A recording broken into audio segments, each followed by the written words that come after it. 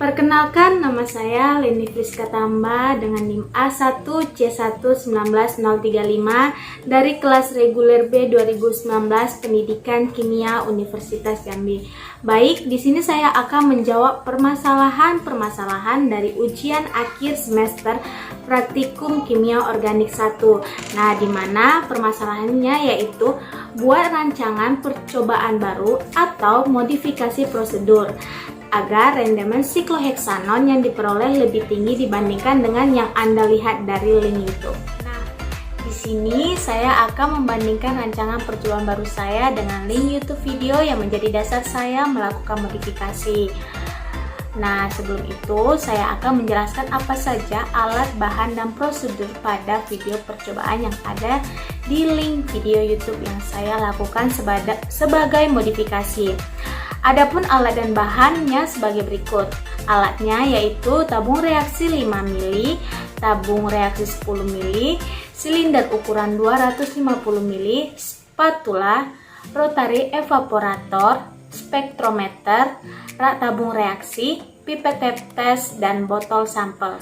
Adapun bahan yang digunakan yaitu metanol, sikloheksanon, es, natrium borohidrida atau NaBH4, NaOH3M, larutan diklorometana atau CH2Cl2, air suling, natrium sulfat anhidrat Na2SO4, dan kertas saring.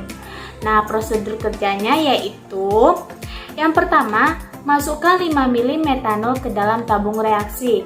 Yang kedua, tambahkan 2 mili sikloheksanon. Selanjutnya, digoyangkan tabung reaksi dan kemudian didinginkan tabung reaksi di dalam batu es. Setelah didinginkan, lalu diangkat dan kemudian digoyangkan tabung reaksinya. Dan hasilnya yaitu terbentuk larutan kuning bening. Setelah itu, tambahkan natrium borohidrida 200 mg dengan hati-hati ke dalam tabung reaksi. Setelah itu diaduk tabung reaksi, terbentuklah larutan kuning keruh. Setelah itu didinginkan kembali pada tumpukan es. Setelah reaksi terhenti, angkat tabung reaksi, kemudian didiamkan pada suhu kamar selama 10 menit sampai reaksi selesai dan terbentuklah larutan kuning.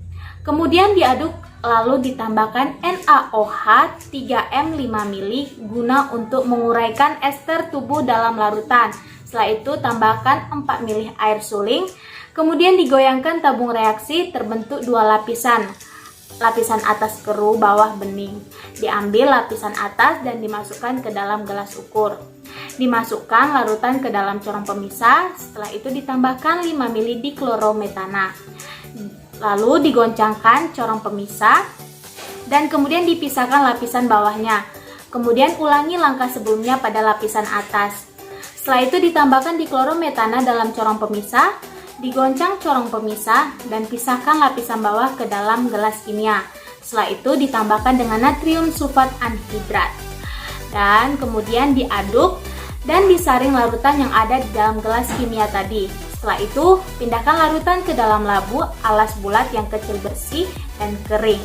Setelah itu diuapkan menggunakan pelarut pada rotary evaporator, terbentuklah larutan bening. Demikian prosedur percobaan pembuatan sikloheksanon dari video link YouTube yang saya analisis.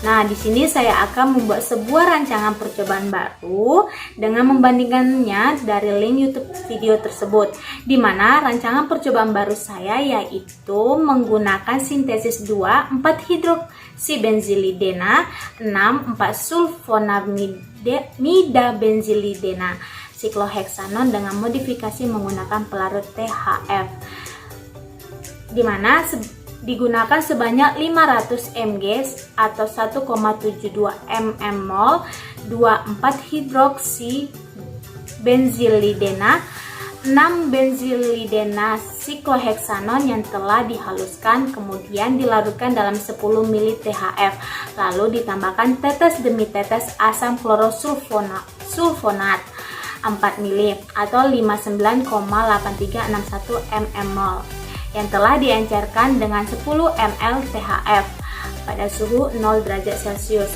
sambil diaduk terus-menerus Suhu dijaga tidak melebihi 5 derajat Celcius. Setelah itu, campuran reaksi diaduk terus-menerus selama 6 jam pada suhu yang tidak melebihi 25 derajat Celcius.